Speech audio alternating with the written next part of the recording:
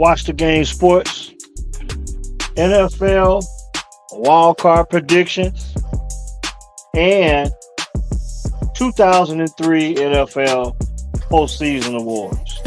I'm your man, LA Cheatham. Shout out to my man, Benjamin Banneker. Unable to join me tonight with this one, but we're right on the brink of the NFL wild card games. Shout out to the Michigan Wolverines winning the national championship over the Washington Huskies. Unfortunately, I was not able and couldn't find the time to get on and enjoy the college football playoffs along with you. But spectacular job by the Michigan Wolverines, and I know my man Benjamin Banneker has not come down yet. Uh, I'm hearing he might even go to the parade. I have to check with him to see if he's going to follow through with that. Uh, Parade is coming up real soon, and I believe it's like the same time as the NFL wildcard games will be going on. But tonight we're gonna talk about the NFL wildcard.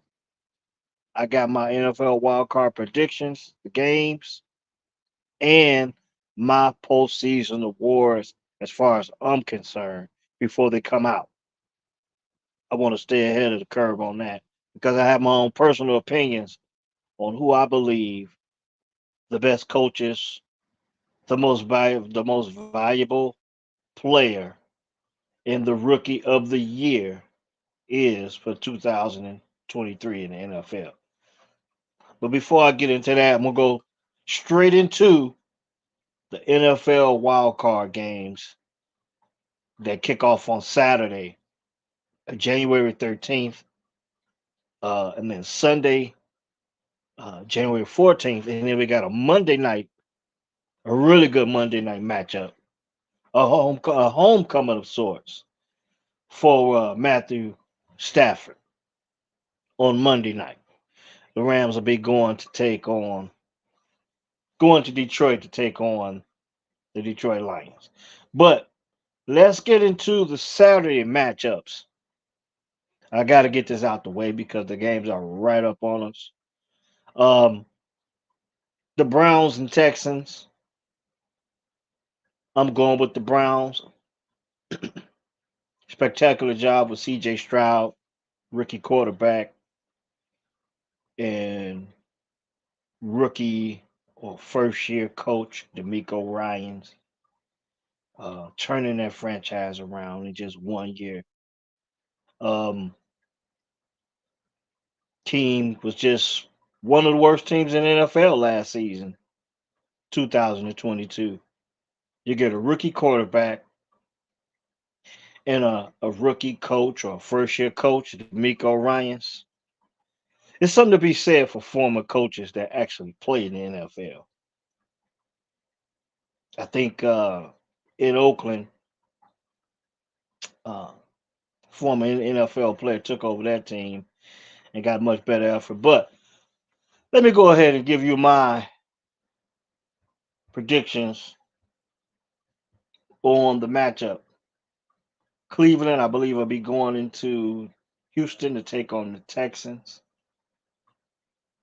And as much as I praised D'Amico Ryans, Coach D'Amico Ryans, and a rookie quarterback, uh, C.J. Stroud, I'm going to go with the Browns. I'm going to go with the Browns. What many people would probably consider Joe Flacco the comeback player of the year, and a big up to Coach Stefanski. He got the job done with a really good defense and started four different quarterbacks. I want to believe to keep this campaign going. Who saw the Cleveland Browns having this type of finish in the NFL? Who saw the Houston Texans having this type of finish in the NFL? Two, I like to believe, are two surprising matchups. Um, Coming into this wild card weekend, and I believe these teams matched up against each other this season. Let me take a look. I'm going to go with the Browns to win the game, but I believe these teams did match up against each other uh, for the regular season. Let me check. Now, the reason why I'm picking this game to be won by the Browns is because I just believe that Joe Flacco's he's having a hell of a comeback. I can't say season, but the end of the year season, end of the year at this season, he's come back and I mean pretty much got off the couch and now he's instead of watching the playoffs, he's in the playoffs. Very impressive comeback.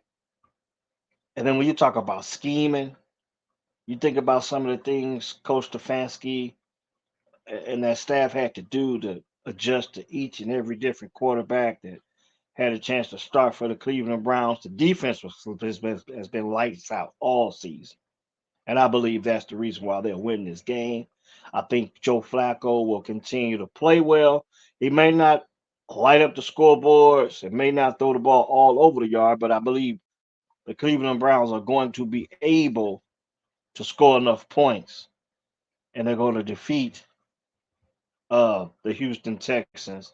I'm gonna give it a score. I'm gonna put a score on it. I'm gonna say 21-14 by a touchdown. I'm taking the Browns by a touchdown in Houston. Um, I may even have the Cleveland defense scoring a touchdown in this game, but I do think that Joe Flacco's capable of throwing a touchdown, and they do have a decent rushing attack. So I'm gonna give them a touchdown of each. Offensive passing touchdown, an offensive rushing touchdown, and I got the defense scoring one touchdown as well. C.J. Stroud, spectacular rookie season, probably maybe some saying maybe the best rookie season ever. I think he'll struggle with that defense, um, and that's why I'm picking the Cleveland Browns to win this game. If these two teams, let's see if these two teams matched up this season. Uh, I guess not. But I'm taking the Browns to beat the Texans this season. And yes, they did. The Browns beat the Texans in week 16, 36-22. I don't think you're going to see that much scoring in this game. Two teams going up against each other for the second time. I have the Browns going back into Houston as they did the first time and they beat the Texans 36-22. So Browns over Texans in the first wild card matchup. I got we'll go. This was a tough one. Another homecoming of sorts for Tyreek Hill going into Kansas City to take on his Chiefs, his former Super Bowl champion Chiefs, and Patrick Mahomes, and just going to KC. They say it's supposed to be really cold in KC. For some strange reason, I'm gonna go with the Dolphins to win that game because I just think that I don't know if the Kansas City defense is going to be good enough, and I think the Kansas City offense is struggling right now. So I know it's going to be cold. I think that's one of the biggest obstacles that the Dolphins are going to have to contend with is the cold weather. But I do believe that the Dolphins will beat the Chiefs, and I have the score 24-20 a little bit more action in this game. See, the Chiefs have been struggling to score 20 points for some reason. Say it's Matt Nagy or whatever. The guys dropping balls. I think the Chiefs I think they lead the NFL in drop passes among their wide receiving core. I'm going to go with the Dolphins. Tyreek Hill, Tua Tagovailoa. Hell of a comeback season for him too, man. Just think of the season that Tua had last year, and the questions about his health and his future in the game of football alone, and for him to come back along with Tyreek Hill and have the type of season that he's had this season, spectacular season by Tua and Tyreek Hill. So I'm going with the Dolphins to I'm going with the Dolphins to beat the Chiefs in Kansas City. And then on Sunday, they got the Steelers and the Bills are going at it in Buffalo. We'll go with the Bills and Josh Allen. I'm gonna give you a final score on that. Maybe I'll go 17-10. I got the Bills beating the Steelers in Buffalo.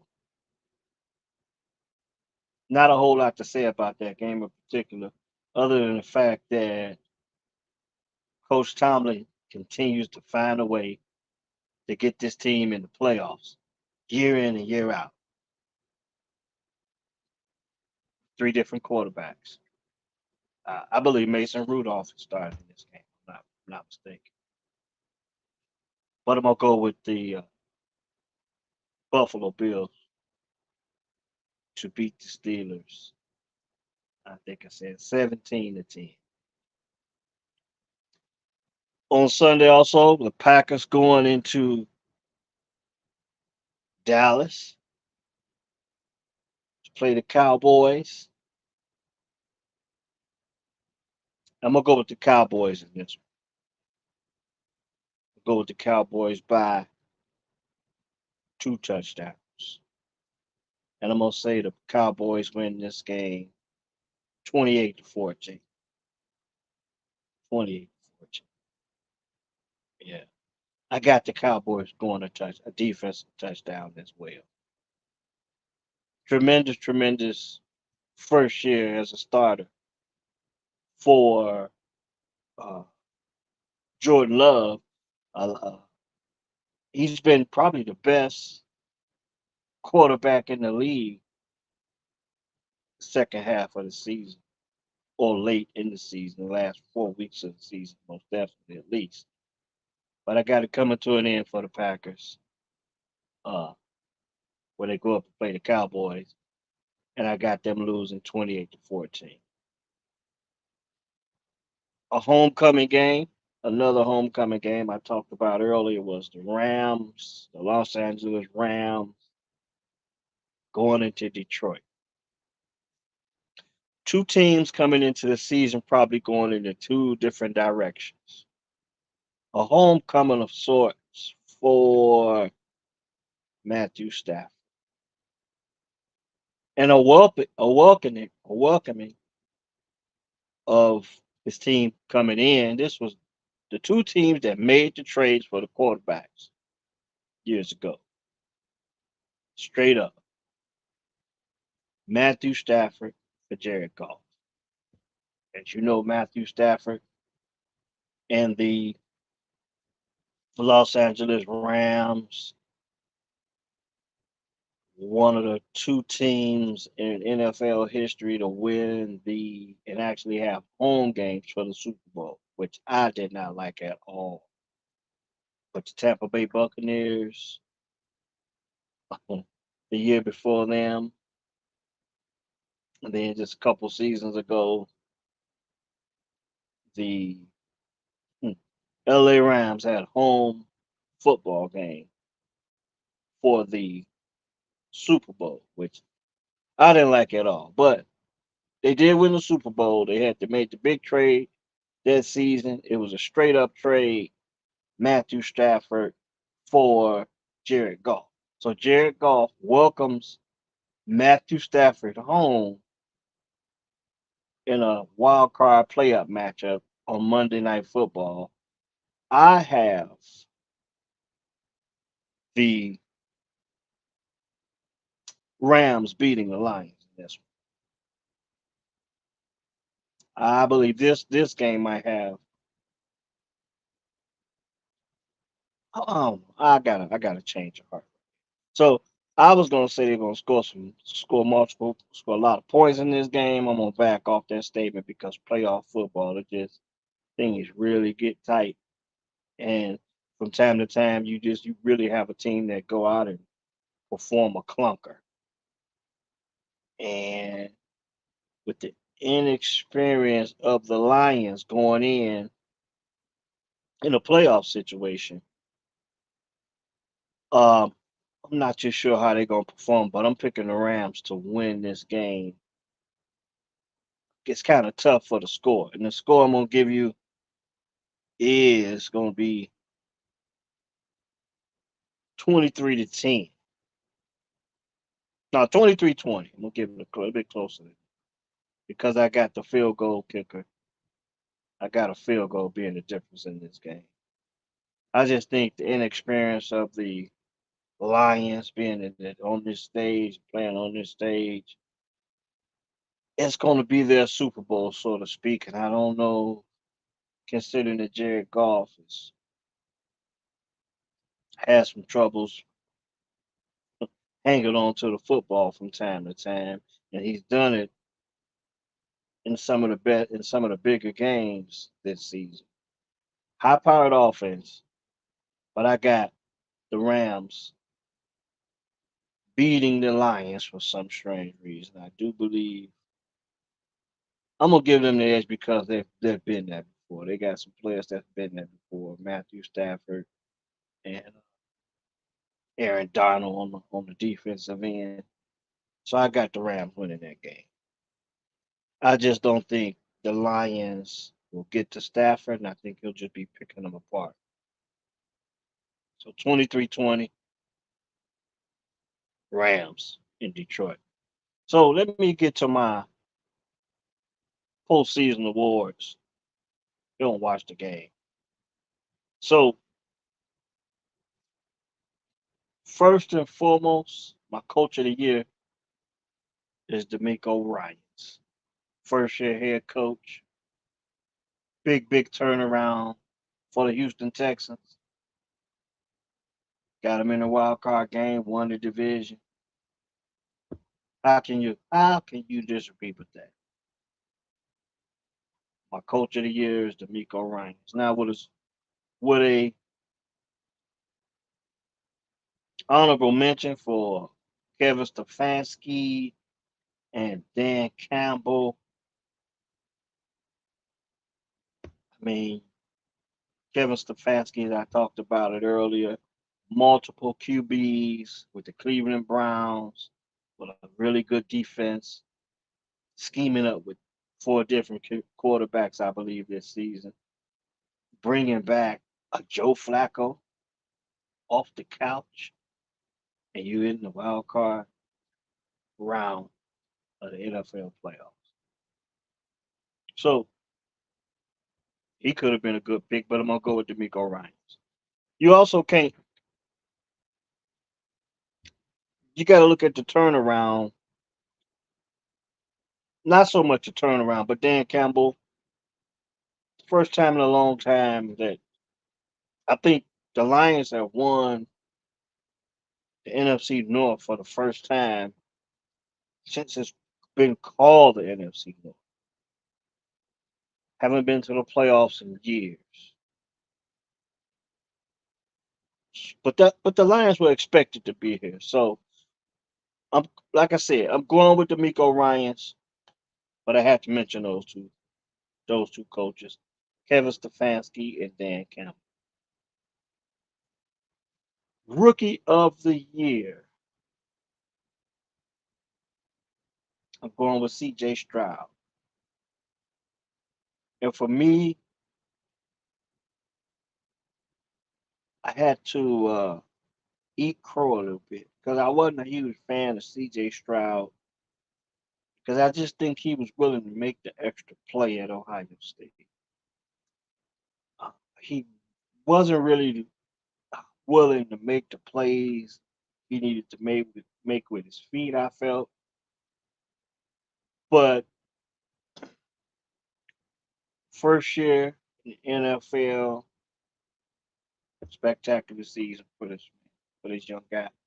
Rookie, rookie of the year is C.J. Stroud. Um, when I looked at the MVP situation, several names come to mind, and a lot of people consider this award to be a quarterback award. And if you watch me on the channel, I have issues with the way that they market the game of football to us. And yes, I know it's a passing league, but there's some special things that you have to get done to win football games. You score points by passing. I think you win games by playing defense and running the football. That's just how I feel about it. And it amazes me how 46 guys get to dress any given Sunday. Three different phases of the game is played: offense, defense, and special teams. And it amazes me. 46 guys, 33 guys, 66 guys.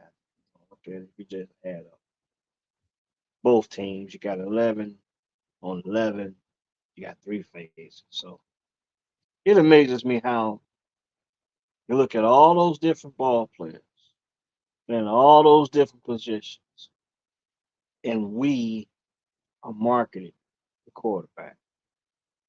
It's amazing to me how you can take one guy with 10 other guys with such a huge responsibility for this one guy to succeed. And you make your most valuable player award just based on just one position, and that's the quarterback position. And in order to be good, you have to have a good one. Don't get me wrong. You have to have a good quarterback. But my biggest thing with the quarterback position is with a young quarterback or any quarterback, as it may concern, take care of the football. I think in the NFL, you're going to get the opportunity to make two big plays in any NFL football game. But I think the most important thing is taking care of the football so that you can have the opportunity to make plays and you won't put your defense in a bad spot. But like I said again, it amazes me how they market the game of football to us. And it happens on every level: high school, college, and the NFL. So let me get off into my NFL MVP rant for 2024. Or might not be a rant, but it's most definitely the reason why I picked my MVP this season. I believe the Baltimore Ravens are the best team in the National Football League.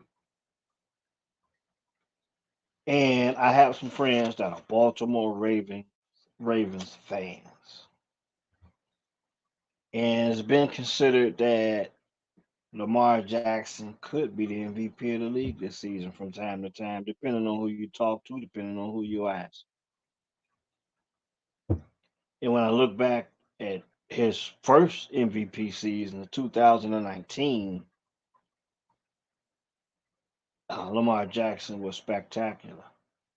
31, 3,127 yards passing,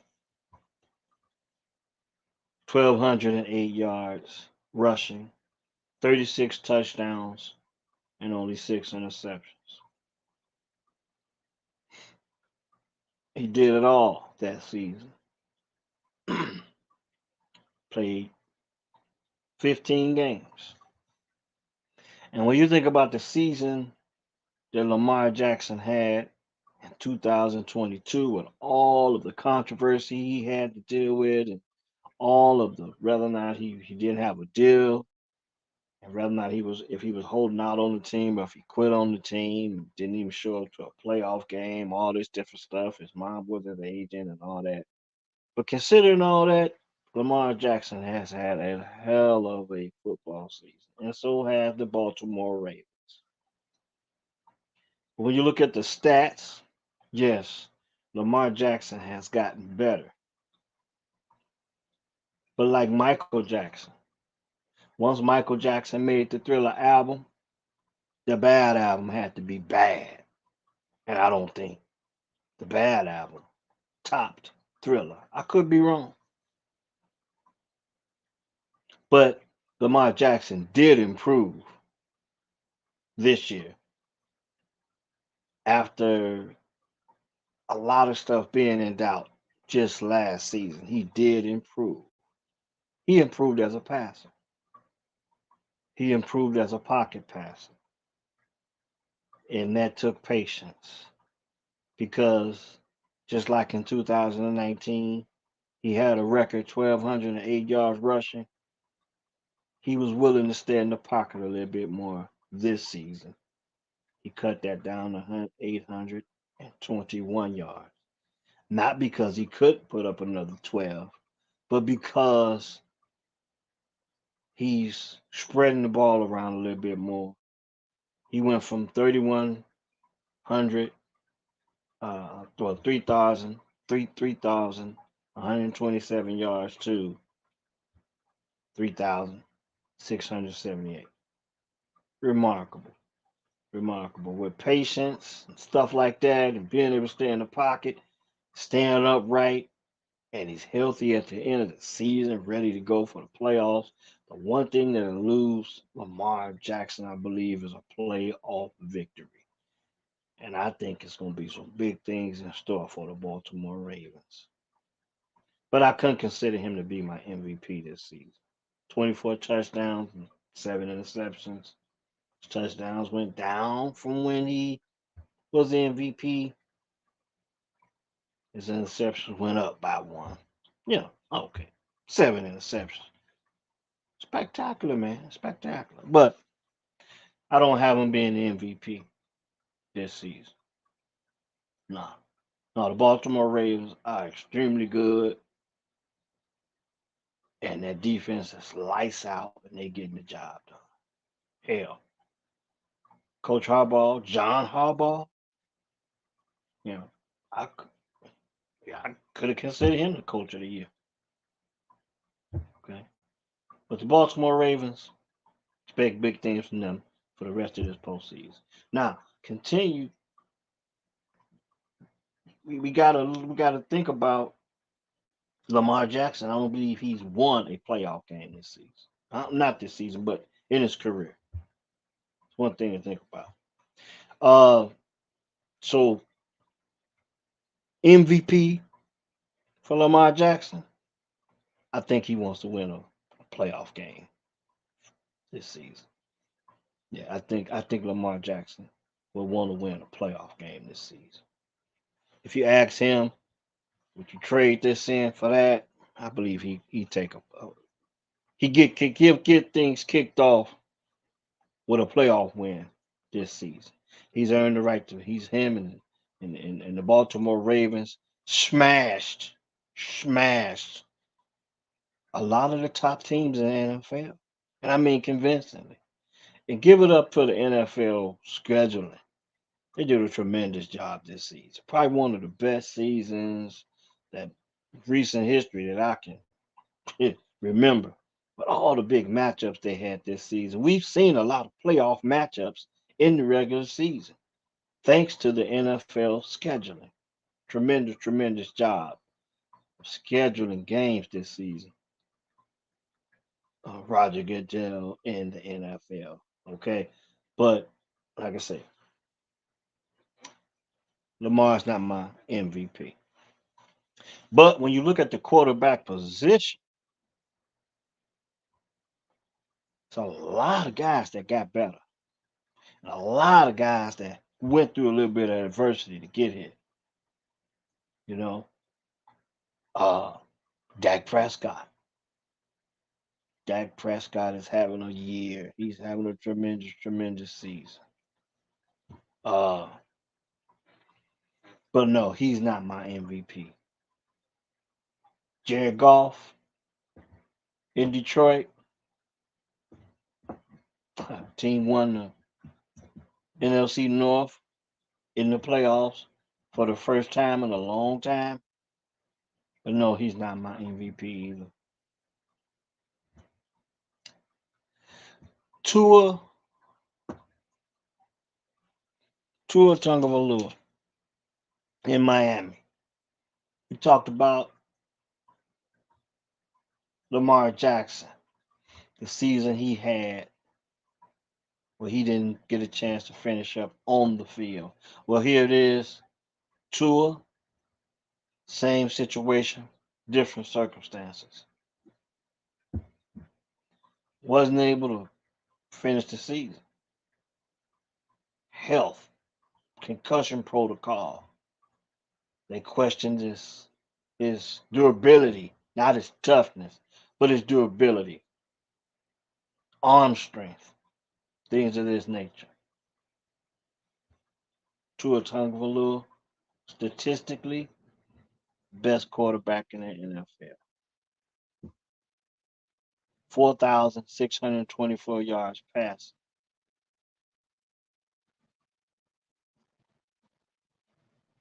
Then we talked about the quarterbacks. You got to mention Brock Purdy as well, because Brock Purdy was mentioned to be one of the top quarterbacks in the league, especially early in the season. But me myself personally, when his weapons went down, and no disrespect, but you do need weapons. You do need your best players to uh, to get the job done. And when Debo Samuel went down and Christian McCaffrey went down, simply put, Brock Purdy struggled. And most recently, the Baltimore Ravens exposed Brock Purdy.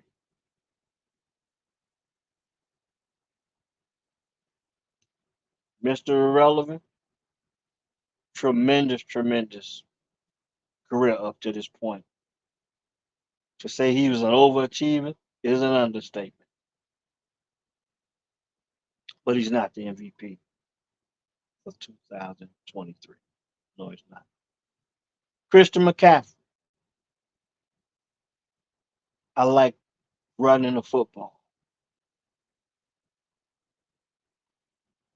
1,459 yards rushing for Christian McCaffrey. Now, I'm not going to go through all of the stats because he's not my MVP. You can do that on your own time. But in this league, in the NFL, the passing league, to run for damn near 1,500 yards, spectacular, spectacular. Because a lot of guys don't even get the opportunity to do that. But no, he's not my MVP either. Ladies and gentlemen, my MVP for the 2023 season is Tyreek Hill. At 5 foot 10 inches tall, 191 pounds, 119 receptions, almost 1,800 yards, right on the back, right on the knot, right on the head. 17.99. 1,799 yards. Received 13 touchdowns. CeeDee Lamb right behind him.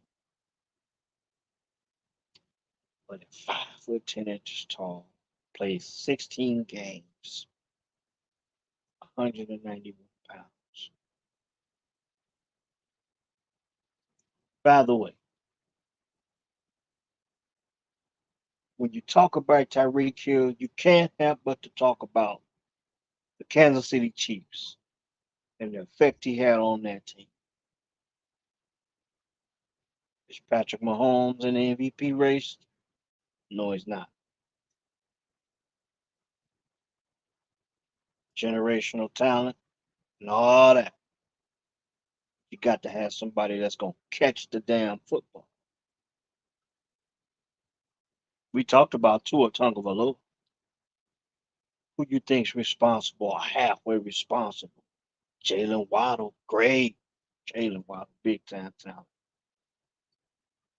When you talk about Tyreek Hill, the impact he would have on Patrick Mahomes, and you talk about Tyreek Hill, and you talk about the impact he has had on Tua Tagovailoa.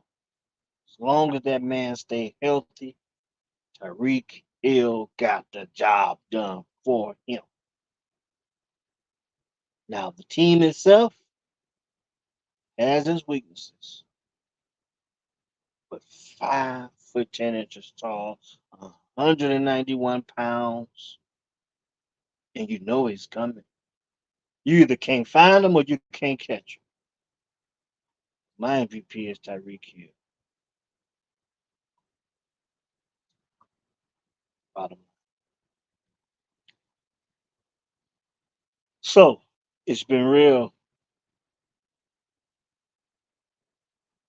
And thanks for joining me on Watch the Game. I got, once again, to recap, Tyreek Hill is my MVP of the National Football League.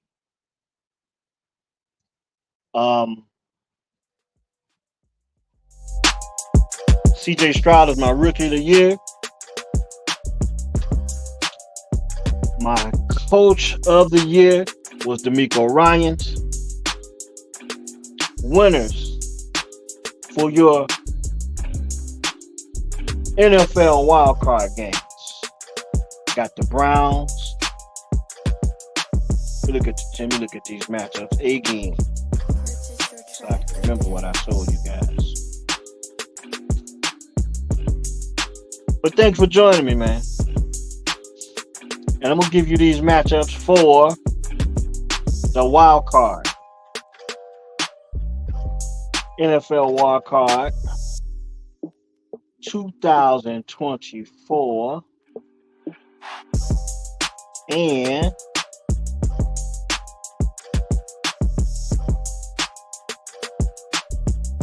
I got the Browns beating the Texans. I got the Dolphins beating the Chiefs. I got the Bills beating the Steelers. Cowboys beating the Packers. And the Rams beating Detroit. I know it's been kind of rough. Thanks for joining me. I had to do it. It's been a while since I've done it, but I could not kick it off because I felt so bad about not being able to come on with you guys, talk about the National College Football Playoffs. Shout out to my man Penn, number 12, Cutter Pac-Man, and Uncle Hen. Go Blue. You got my picks. Enjoy the wild card. Come back, because we're going to continue to talk about the NFL playoffs all the way to the Super Bowl. Thanks for watching. Watch the game.